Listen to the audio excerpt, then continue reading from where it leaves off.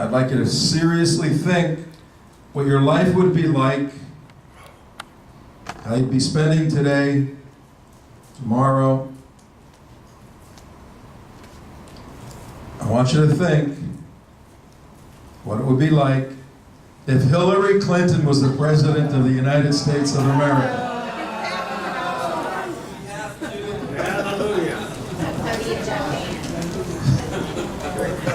So I think we have some doctors here. I think even a psychologist today, and I think the brain is designed to shut things down, to not think too deeply about a subject.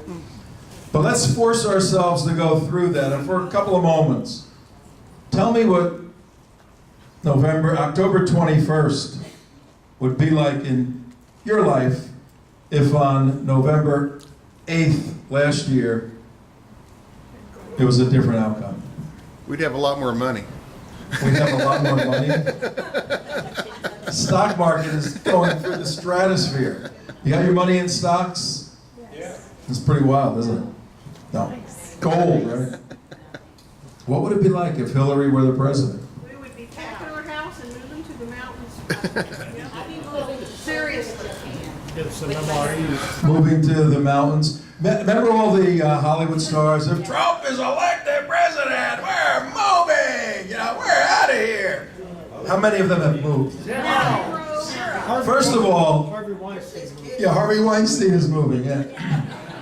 First of all, you really seriously, and I don't think this group falls into this category, who the hell would listen to an actor about anything other than them acting? You know, why would you ever listen to these people? There has to be a disconnect if you're, I taught acting at our church for a while. You have to become another person, right? But some of the stuff you have to get into, why would you listen to actors about anything? But they're taken seriously, obviously. But what would the world be like? What would be the respect that we have from other nations? Well, I don't know that specifically, I'm not sure, but I'm thinking today's meeting might be illegal. Yes. Today's meeting may be illegal. It's interesting because she was, as Suzanne said earlier, give Suzanne another hand.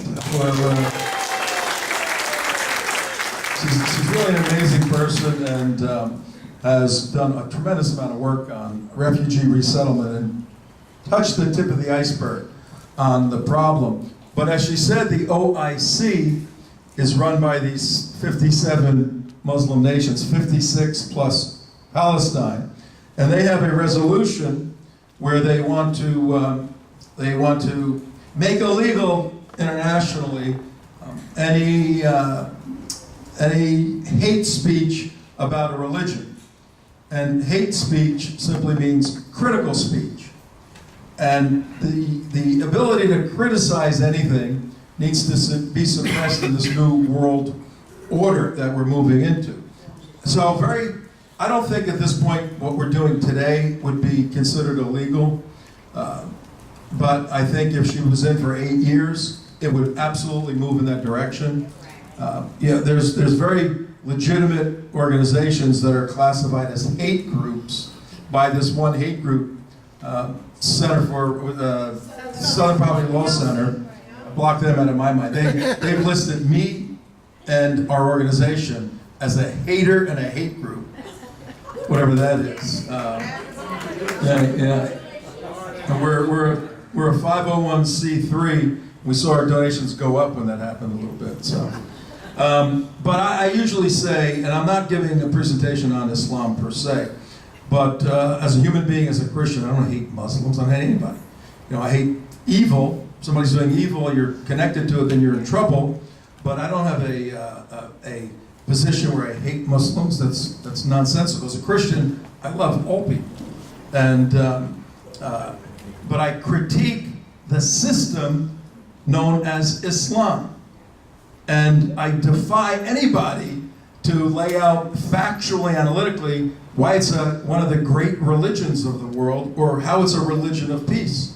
I mean, historically and factually, that doesn't exist. The whole thing is a scam, the system.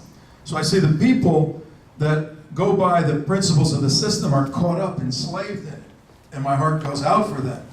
But my hope is to destroy the system of Islam as a legitimate political or religious or philosophical system, and have those folks go anywhere else, anything, than following this death and destruction that the system of Islam leads to.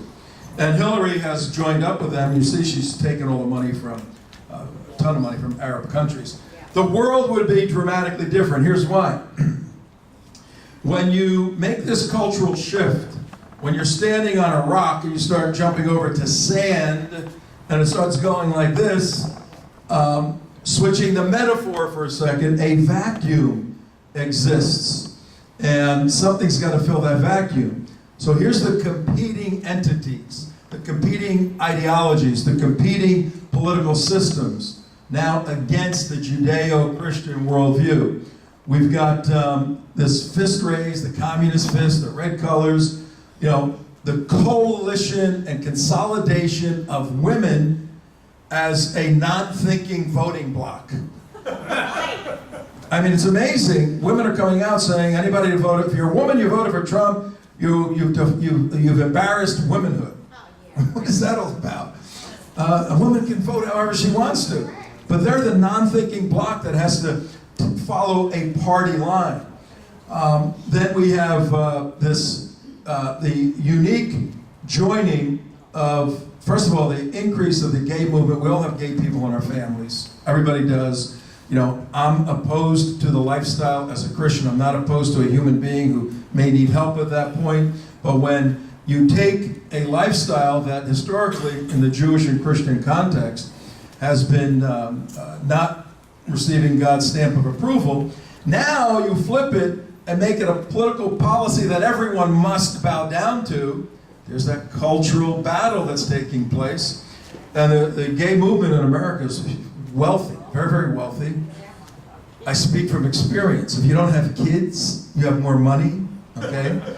And when you don't have a lot of kids, you have more money. But now the gay movement has joined with the women's movement and the Arab movement in the United States. Oh wait, the Arabs want to kill gays and subjugate women. Just minor obstacles.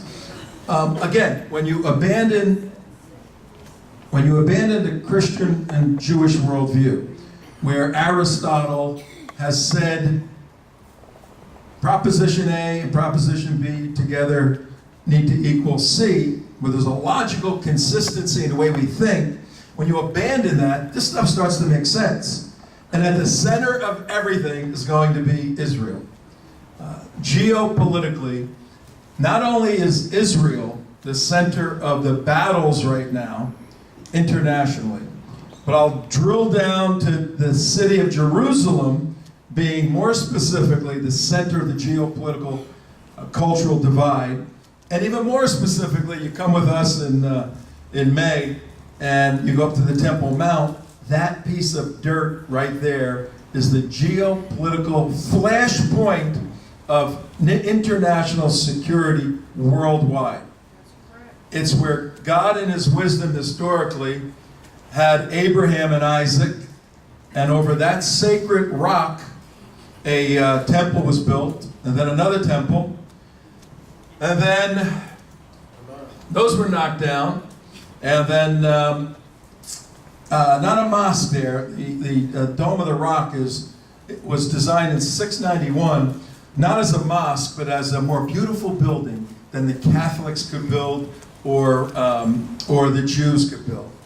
And that building now sits there, and the Catholic Church tried to get it all back. We got 300 years of the Crusades, some successful, some not too successful, but the battle continues for the attacks on Israel.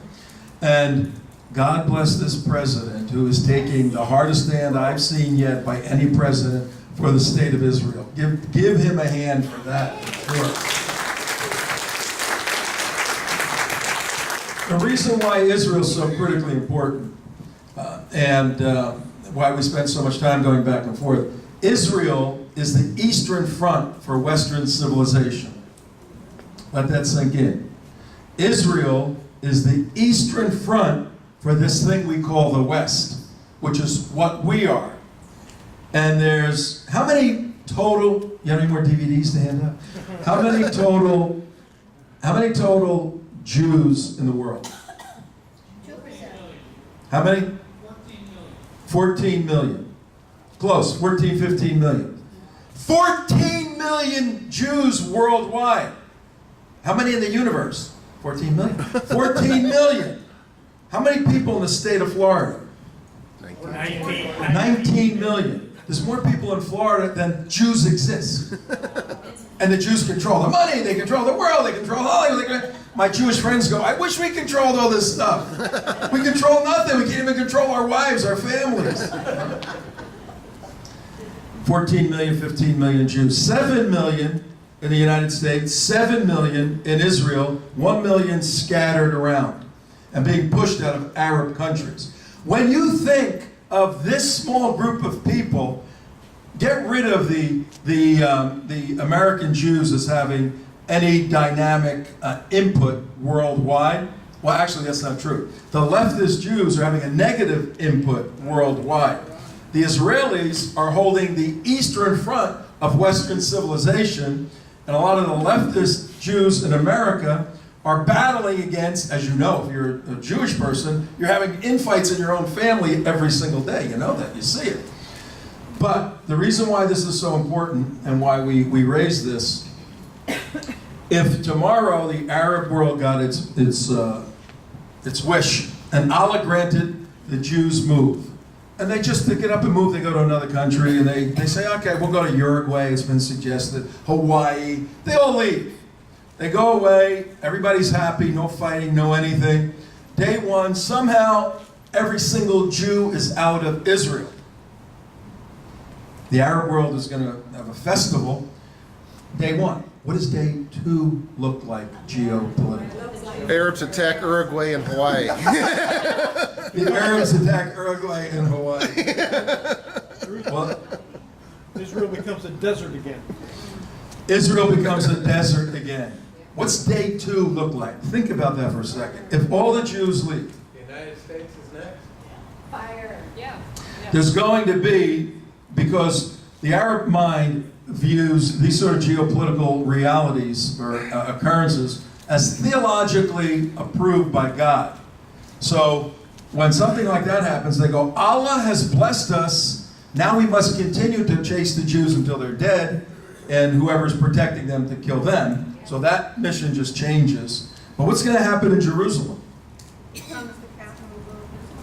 It'll become the capital of Islam. Which Islam? Sunni or Shia? Oh, yeah. Okay, there'll be a world war in Jerusalem over whether the Sunnis, 85% of the 1.3 billion, rule, or the Shia, 15%, but it includes Iran. Iran has nuclear weapons, okay? Let's just recognize that. Iran and Saudi Arabia, who loves Israel, by the way, because they're protecting them from Iran, they'll have a gigantic battle. Everybody's going to be looking for the oil in what part of Saudi Arabia? I know you know. In the northeast corner of Saudi Arabia, where you just go over the Straits of Hormuz, you go into Iran. That's the golden, the black triangle. If you put a triangle, all the oil fields are located in Iran and Saudi Arabia. The Saudis, Sunnis, who hate the Shia, control 40% or so of the world's oil. The Iranians have a small percentage, but they know they can kick the ass of the Saudis if it wasn't for the Israelis. And if they can get the Saudi oil, they now control 56% of the world oil, and they bring the West to their knees by increasing oil prices or controlling oil. That's Iran's play right now. And that play, there's the golden triangle. Black triangle. Black Oh, gold. yeah, the black triangle. That's Saudi Arabia, Iran. All that stuff on the Saudi side, the Iranians can't touch because the Israelis are protecting them, even though the Saudis publicly hate the Israelis. What a wonderful world we live in. This is Iran's play. And this is why the Israelis are target ready any second of the day to deal with Iran. And in 2015, President Obama committed treason against Israel, per se. The Israelis were going to strike Iran, some of their bases. And Obama leaked the fact that the Israelis are using air bases in Azerbaijan to launch their military strikes against Iran. Once that came out, the Israelis had to get rid of their plan of doing that. It was very, very sad. The world would have been different today if that strike would have occurred. But this is the situation. Let's go back to the other slide. We have this vacuum being filled, and a bunch of people are trying to fill it. Some of them in this room right here, maybe, once we get this up.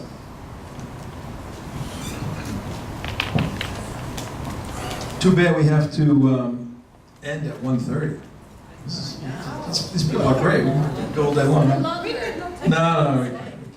All right, here's the vacuums that need to be filled. The United States, if the thesis is correct, and it is because I'm explaining it, that this Judeo-Christian entity is undergoing a turmoil, and people are leaving the Judeo-Christian worldview for something else. There's a vacuum created. There's a vacuum created. Okay. There's a vacuum created in here, and necessarily vacuums need to be filled. So we have CNN, Hollywood. Oh no, listen to us. We know what life is all about. We have the hard left movement, communist and anti-Christ, the anarchist movement. We have obviously the jihad, the violent jihad, or the cultural jihad, and Suzanne was talking about the Brotherhood's influence. These guys right here, we've been fighting this for years. On May 3rd, 2015, myself and 4 other of our guys, including Mark, I'm putting a red dot on him. I'm used to that. Yeah. We were in an event with Pamela Geller in Garland, Texas, at the Curtis Culwell Cultural Center, and I was live streaming the show just like this. Hey, we're doing this, we're doing that. And the room was about this big. Somebody comes in from over there and says to me, shots fired, shots fired. And I'm live streaming on the air to millions, or whatever it was, live streaming. And I go, no, you can't say that. No, shots fired. I went, go find out what's going on. You can see the tape. It's on the internet. And they run out. Mark ran out. A couple guys come back. They go, shots fired, cop down. Next thing we know, the SWAT team busts in and takes over the microphone and says we're under attack. They're shooting outside. There may be bombs. And for the next 48 hours, we were all isolated, contained, moved, hidden. Unbelievable what occurred. But 2 jihadis wanted to kill everybody, and they figured they can come and either break in or get us when we were going out. And they jumped out of the car and started shooting, and thank God they were Texas cops, man, that know how to shoot guns. And a 60-year-old Garland police officer, 60-year-old, ready to retire, had his service weapon, pulled it, and the passenger came out of the car first. I'm talking danger close here, where that flag is, this close. A AR-15 starts firing it. He pulls his weapon, shoots him, puts him down. The driver comes around the back of the car firing, hits one of the cops in the ankle, and the other cop stood up and hit him with his service gun, dropped both of them. The SWAT teams that were all over unleashed a rain of bullets, killed them immediately, and now we're in a crisis. It all happened in 40 seconds, that whole thing.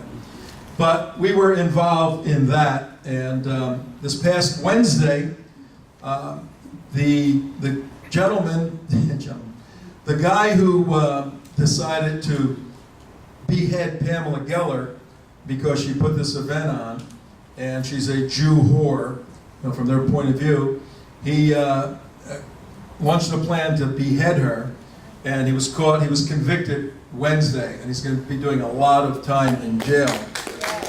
His partner decided to go kinetic about 2 years ago after the Garland event, and had a plan set. The FBI was on it, and he came out of a CVS, and the agents went to get him, and he starts attacking the agents, and they killed him. So our FBI special agents are great people. They're doing a great job. Historically, in the Obama administration, the leadership in the FBI has been failing America and failing their own agents. Hopefully that'll change. We got to see. All right. Those folks, we did that one. We did that. How do we do? You're going backwards. You're going the wrong direction. Oh. I'm going, what's going on Clicker here? upside down. I got the clicker. There we go. Here's the issues that are going to be before us this coming year. Quite a bit. And what we'll do for a few moments here, your philosophy dictates your sociology, which will dictate your political movement. Whatever you believe philosophically will determine how you think and behave, which then will be worked out through how you want to construct society. If you believe in a God and you live your life, your sociology, your psychology as God exists, then when you're asked to form a little thing called a country, you'll say, well, I believe in God, I live that way, I think our country should be that way. If you don't believe in God, and you don't let God or any kind of principles influence your life that way, then when it's time to form a country or anything, you're going to say, no, that shouldn't be part of it. Why should that be part of it? In our situation, we started out in one way, now we're in another way, but we're fighting for the soul of America. So, let me see who I got here. This side looks a little more like desperados to me. A little more like you'd vote in the leftist kind of way. Yeah, I can see some. Yeah, come on, yeah. We're rebels. Here's the good guys on this side. Look, they got a glow on their face. They got a smile. I'm middle of the road. You're middle of the road. You're Mr. Middle of the road. Mr. Moderate. He's the moderate. You know what happens when you drive in the middle of the road? You get smashed by both sides is what happens. He's the rhino. No, not enough. We got to line him up. We need more. All right, you guys, now you got to get into this, all right? You got to let this inform your head. You're now bad guys. From the river to the sea. As bad as you want to be. As bad, whatever. You don't want to believe in God yet, whatever. Okay. You're part of Antifa, anti-fascism. You're Marxists to the hilt. You're sexually free people. Uh-oh, wait, I don't take that. I'm taking that far. All the guys are smiling, and we're not going to go that far, okay?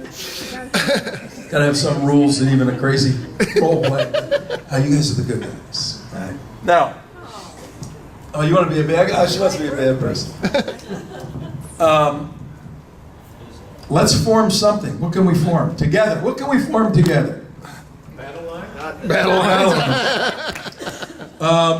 How about a club? Should we form a club? Yeah. Just a club. Yeah. Together? A social, together. A civil service club. Civil War, more like. Civil War. No, we're going to form a club. Givers and takers. Now, what's going to be the? We've come together, and you've hired me as your moderator to help you organize 2 or 3 basic principles for a club like this, like like this hall. I'm just making this stuff up. Okay? So let me ask. Who of you over here would like to be in a leadership role for your side? Got a couple of people. Everybody, yeah. Well, let's ask, what is your purpose for organizing? What would you like to organize? Yes, sir.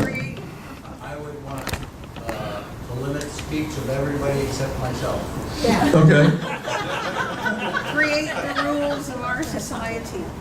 To create the rules. How about limiting speech? Should That would be high on Okay. the list. Mine would be no rules for anybody. I'm tired. I'm sick of rules. Everybody trying to control us. That's our motto. No rules. No rules. No rules. You're a libertarian. You can I'm anarchist. I'm definitely. we have a limitation on speech. What about Limitation of religion. Religion, definitely. No Yeah, religion. no No religion, no religion. religion. We don't want people to be offended. We just hate them everything. You guys are too good at this. All right, so no religion, limitation on speech. What about the Second Amendment thing, guns and all that? No guns, no No guns. guns. They're evil.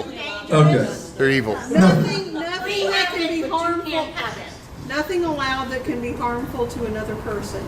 Nothing allowed, okay. All right, now, I'm the moderator. Go ahead. We take all of their money. Oh yeah, you just give us all your money. All you rich people, you got too much money. Too much money. So the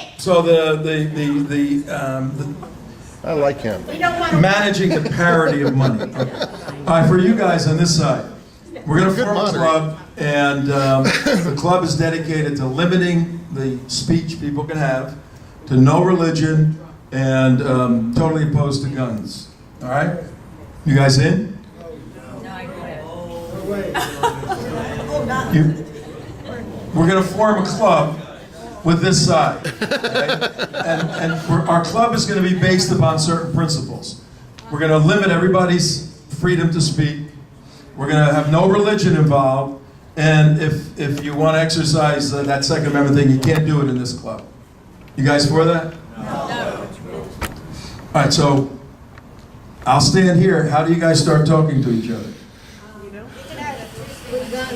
Ask them questions. I have a question for them.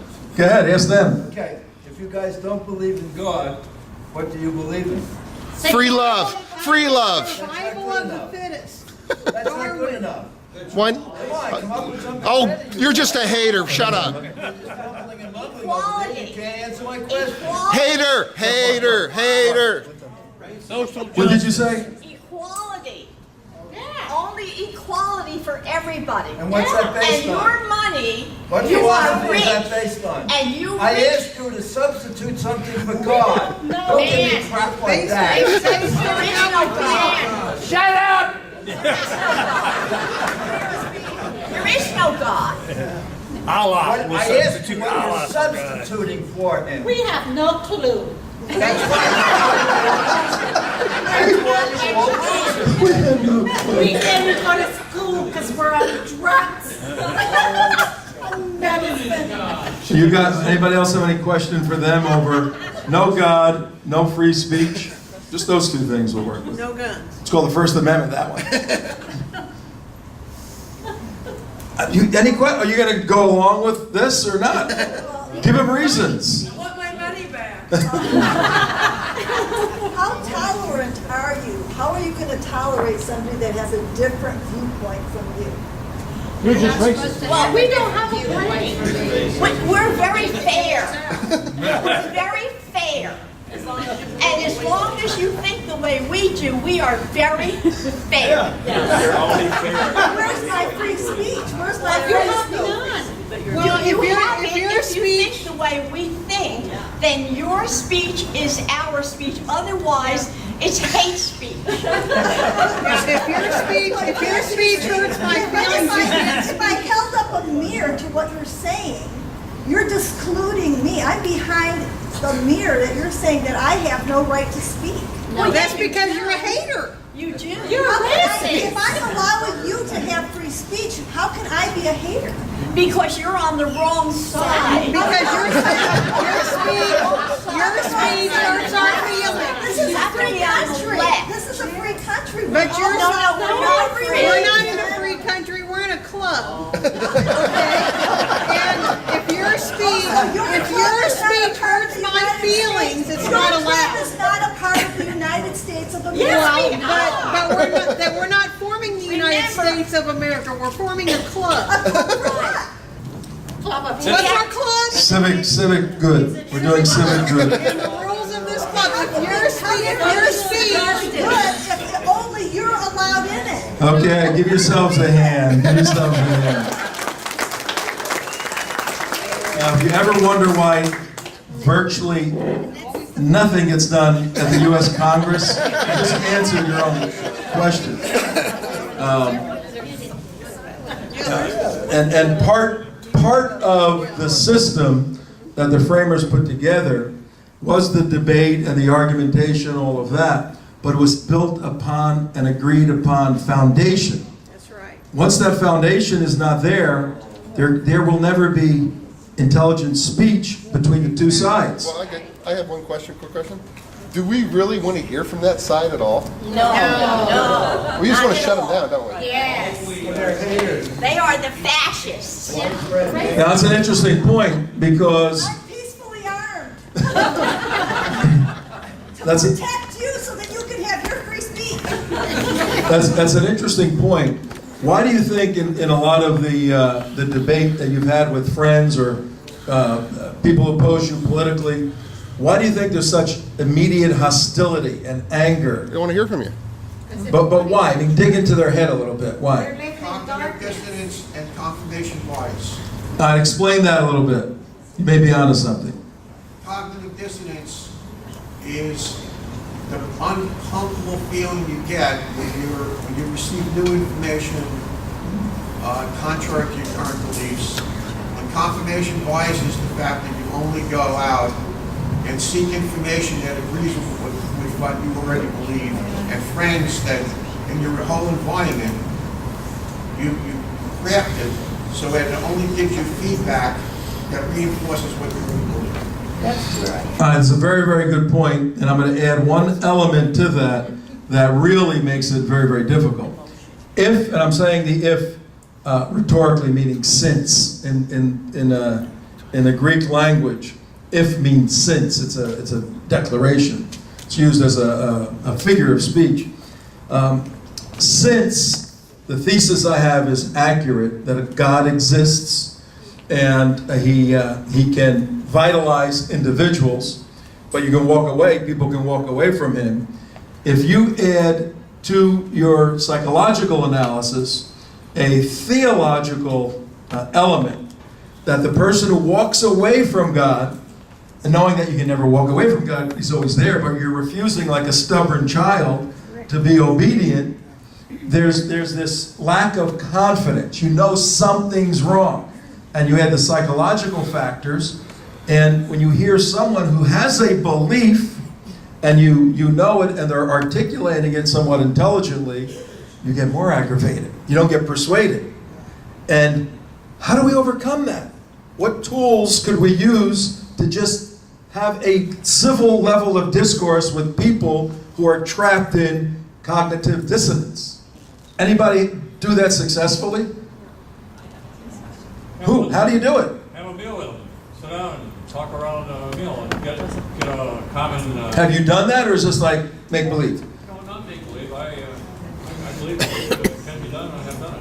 Yes. And you've had them in like by themselves, or? Normally by themselves. Normally a small group, maybe a couple or whatever. And what happens? Walk us through it a little bit. Well, you Stand try up. to find. Yeah, stand up so we can hear you. Well, first of all, you use biblical principles when you approach this. Make sure that you're slow to anger and you are a good listener. As you know, we are good listeners, but at the same time, you give them your beliefs in a way that is in a loving fashion. So I found it does work. So that's where I am. Question. Yeah, that's. All this sounds good. Can you have a conversation with a Muslim? Can you have a conversation with a Muslim? Muslim, yes. They will not budge on anything. Come on. There's no conversation with them at all. You really expect them to listen to you? No. Come on. Actually, no. I think that I'll answer that in a second. Good. I think if you ask people why they believe the way that they believe and where they're coming from, so that you can learn where they're coming from, then you can get clues on how you can help them think it through. You guys buy that? No. Now wait, come back to real life. Do you buy that in real life? No. You don't really? No. What is your experience? My experience? Yeah, with trying to persuade or have a civil conversation with somebody who disagrees with you. How do you do that? That just happened to me. I happened to be teaching in the adult communities. And I'm doing a thing on presidents on FDR, and Teddy. It is amazing how Teddy and Trump are so alike. It is incredible.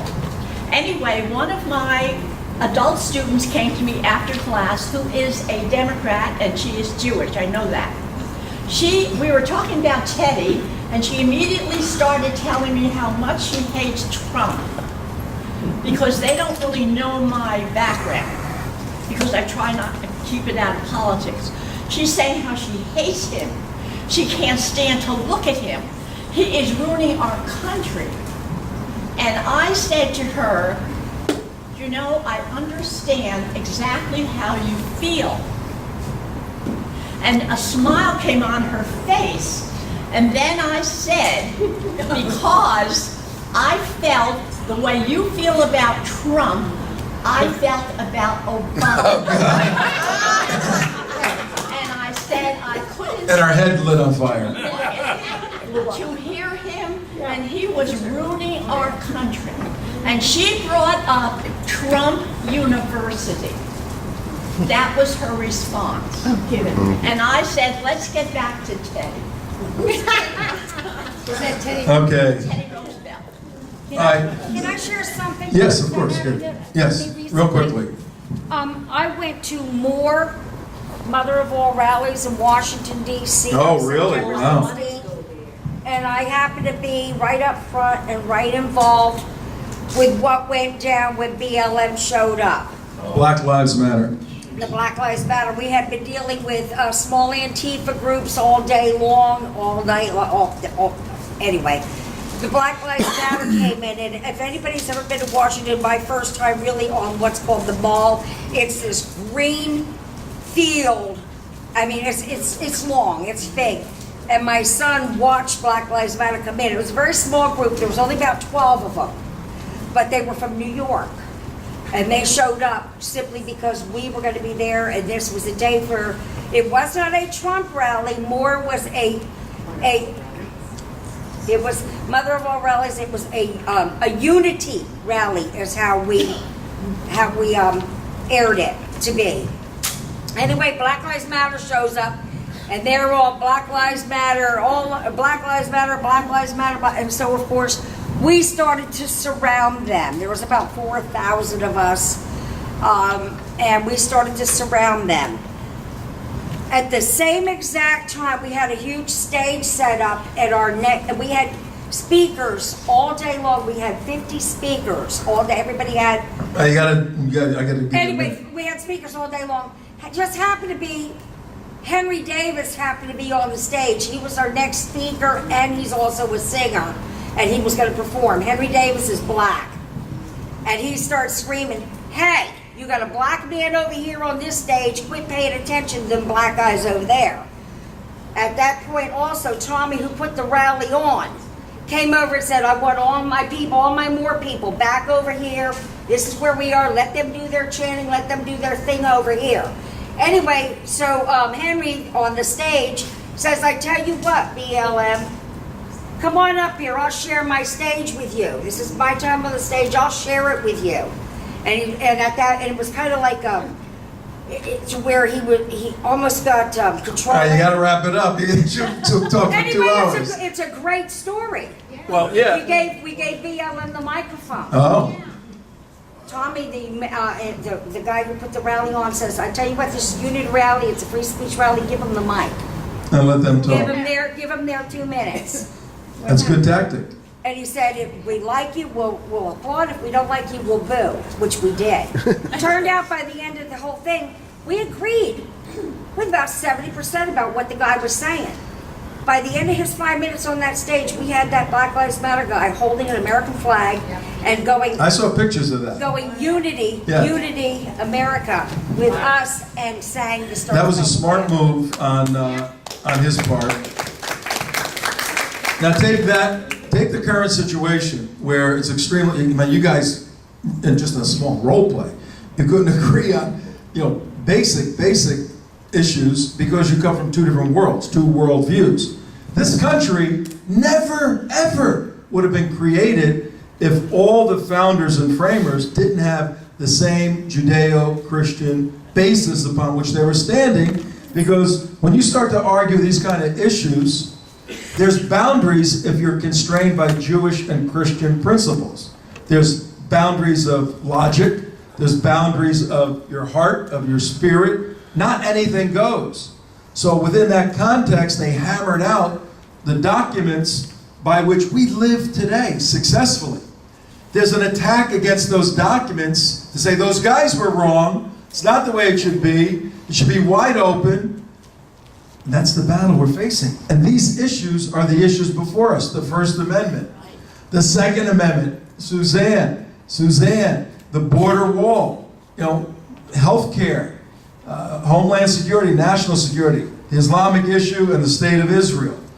These are the key issues that are going to be relevant on a national level for November 6, 2018. You're going to have a lot of local issues, but on a federal level, we're going to have to make sense on this. Now, there's two ways of doing it.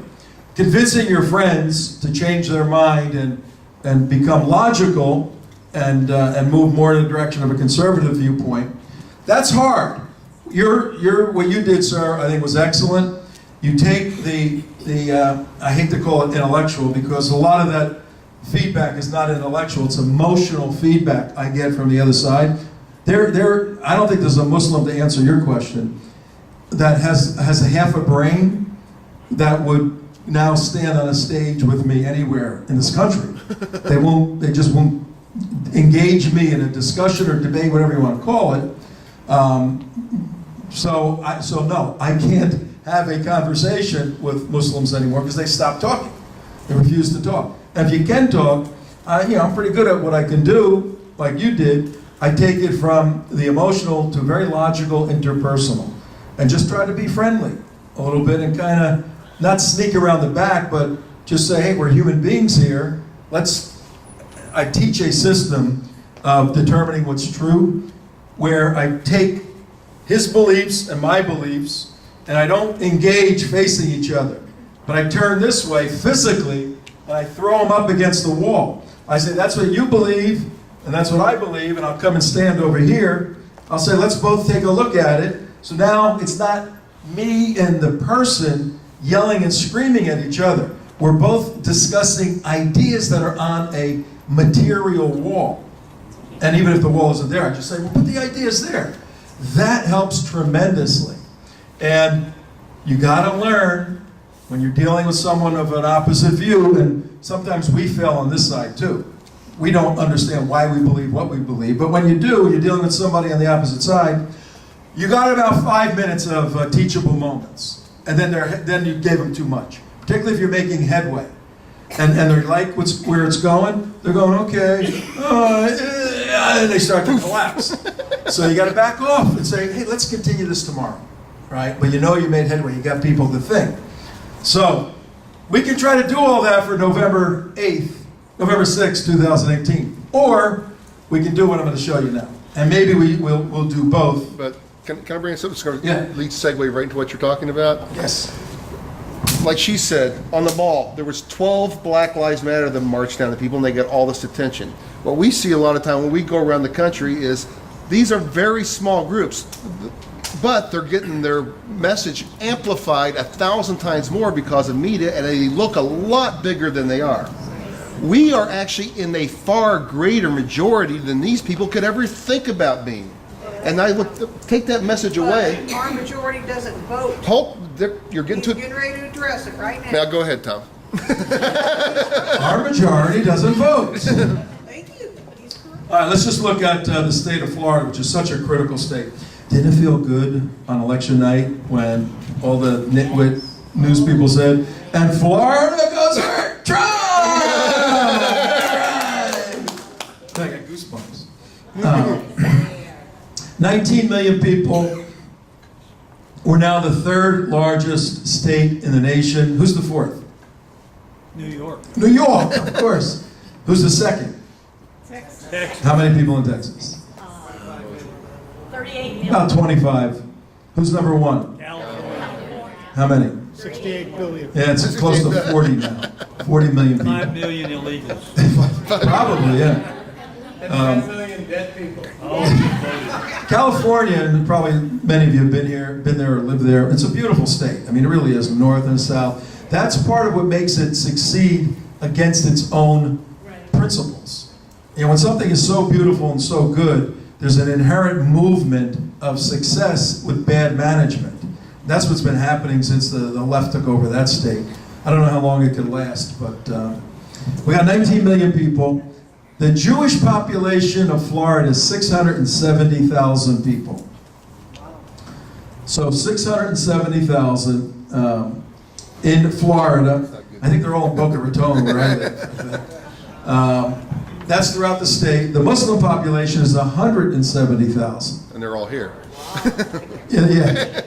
Now, the Jewish population, about 75% voted for Obama, 25% voted for Trump. So that's the total population. You got to, and we have all the figures. You cut that down to voting age, Jewish people, and you'll see it's a significant number. But what's somewhat more significant from a politician's point of view about Jewish people? Money. Writing checks. Writing checks. Obama was great at that with his Jewish friends, and so every politician is looking for Jewish checks, leftist Jewish checks in the state. And they fund a lot. And Jewish people have been very successful economically. And now are the Muslims too. There's a lot of Muslim successful people in Florida.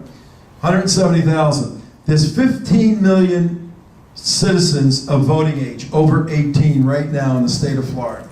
15 million. Of that, 12 million are registered voters. So how many not registered? 3 million. 3 million people. And I think it's 80% of the state is Christian. So 80% of 3 million divided by the number of voting age people. And it's a huge number that's not even registered. So 12 million are registered, 80% of voting age. 9.6 million voting age Christians, 80% of the voting age population. So 9.6 million voting age Christians. How many votes are cast each year in Florida for a presidential election? Total votes cast in Florida. About a little over 8 million. There's 9.6 million voting age Christians in the state. Now, not all of them are hardcore conservatives. Most of them are. It's a huge percentage of evangelical, conservative Catholics that fall into these groups. At least, this is very important, at least 1 million do not vote Christians at any election in Florida. At least 1 million. In order for Trump to win, he had to get about 120,000 more votes than Romney did in 2012. Well, he got 112,911 more votes than in 2012, and that was his winning margin. Out of 19 million people, 15 million of whom are voting age. That's razor, razor, razor thin. What we did last year, the United West, we dedicated the whole half of the year to mobilizing the Christian vote in the state, because this is where the low-hanging fruit is. If you get a Christian and sit them down and say, what do you believe? And they say, I believe this, this, and this. And you look at Trump, you go, you know, you're about 85%. You and Trump are in agreement. Let's do that with the Democrat. Like 1%. Oh, okay. Well, so what are you going to do? Well, you know, my vote doesn't matter, and God's going to return, so what's the difference? So now you shift from a different task. You don't have to persuade them like you do the nitwit lefties. You know, no, somebody carrying a gun. Guns don't jump up by themselves and shoot people. Yes, they do! No, they don't. They really don't. You don't have to do all that stuff. But what you have to say is, you got to get up on November 6th and walk and go here. I can't, my back won't pick you up. Come on, get in the car. You got to go. So the task shifts from factually, very simple factual presentation to now logistics. How do we get them there? And this is where politicians steal money like crazy. And the lobbyists and all the consultants, where they make millions and millions of dollars by, if you run for office, you got to have all these commercials and all this stuff and all that. That's a waste of money. Everybody knows your views. Everybody knows what's going on with the internet now. It's different than when I ran a campaign in California in 1994. You needed media. Now you don't. You can. Trump today on Fox, I saw him say, they were relating Trump. Oh, it was Trump. They had a piece. He said, the media hates me, he says. They can't, and they lie. He goes, that's okay. I hear something, I go, bing, bing, bing. And that's what he said. He goes, I go, bing, bing, bing. And boom, I just answered them. He said, 150 million people. I got some crazy number. I just answered them. So, very, very good point. In terms of elections, if money were to be focused on finding the Christians, getting into the churches, the pastors, those things, and having registration. But what's the problem with that? What have you seen with the pastors? 501c3. They don't want you to come in. That's the root of the problem. The pastors are afraid. They're simply afraid. I graduated from a pretty prestigious seminary in Colorado, in Denver. And I saw back then that there's two types of pastors. There's a pastor who's pastoral, and he wants to lick the wounds of the injured, to help those who are harmed, to be a pastor taking care of the sheep as they go astray. A very sensitive, very interpersonal task. And then that's about 95%. Then there's a 5% that go, what the hell's going on here? You got a system crushing these people. You're going over there and licking their wounds. Why don't we stop the stupid system and fight for something just and right? And I've learned, can you figure out what side I've been on all these years? I've learned that it's very, very difficult for a pastor to do activism like this. Extremely difficult. Their mind isn't there, nothing's there. Add to that the fear of the 501c3 situation, which is nonsensical. I'd like to see, a church get fined or shut down because they're doing political activism. That would start a movement in this country that would change that law forever, which is Trump is trying to do. So we got to mobilize the pastors, and maybe we can have future events to show you how to do that. But I'm giving you the overview on how to win in November. It's getting the Christian vote out. Hey, Tom, Yeah. that's John Kent you're talking about. Shepherds and hirelings. No, Go to John Kent, Shepherds and hirelings, read that, we'll have the whole... that's good. That's good. Shepherds and hirelings. Makes no sense in Florida to chase special interest, left-of-center groups. We got to get the gays. We got to get the short brown people. We got to get heavyweight, Asians and all these little groups. It makes no sense when the obvious demographic is Christians who have an agreement with the direction the conservative movement wants to go. If more conservative Christians get seriously involved in Florida politics, the state will turn red forever. And these Christians will become Zionists, strong supporter of Israel, which is necessary from a national security perspective.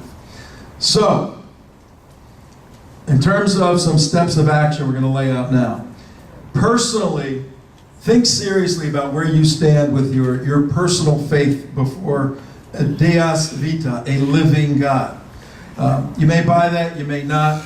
If you don't, see me. If you do, think about what it means. What does it mean to be a Jew or a Christian that really believes in God? And how does that inform your life, your thinking, your thought? You get up in the morning, the way you eat, the way you interact with your family, your wives, your kids. What does all that mean? How does it mean in business? What does it mean in your social life? What does it mean politically?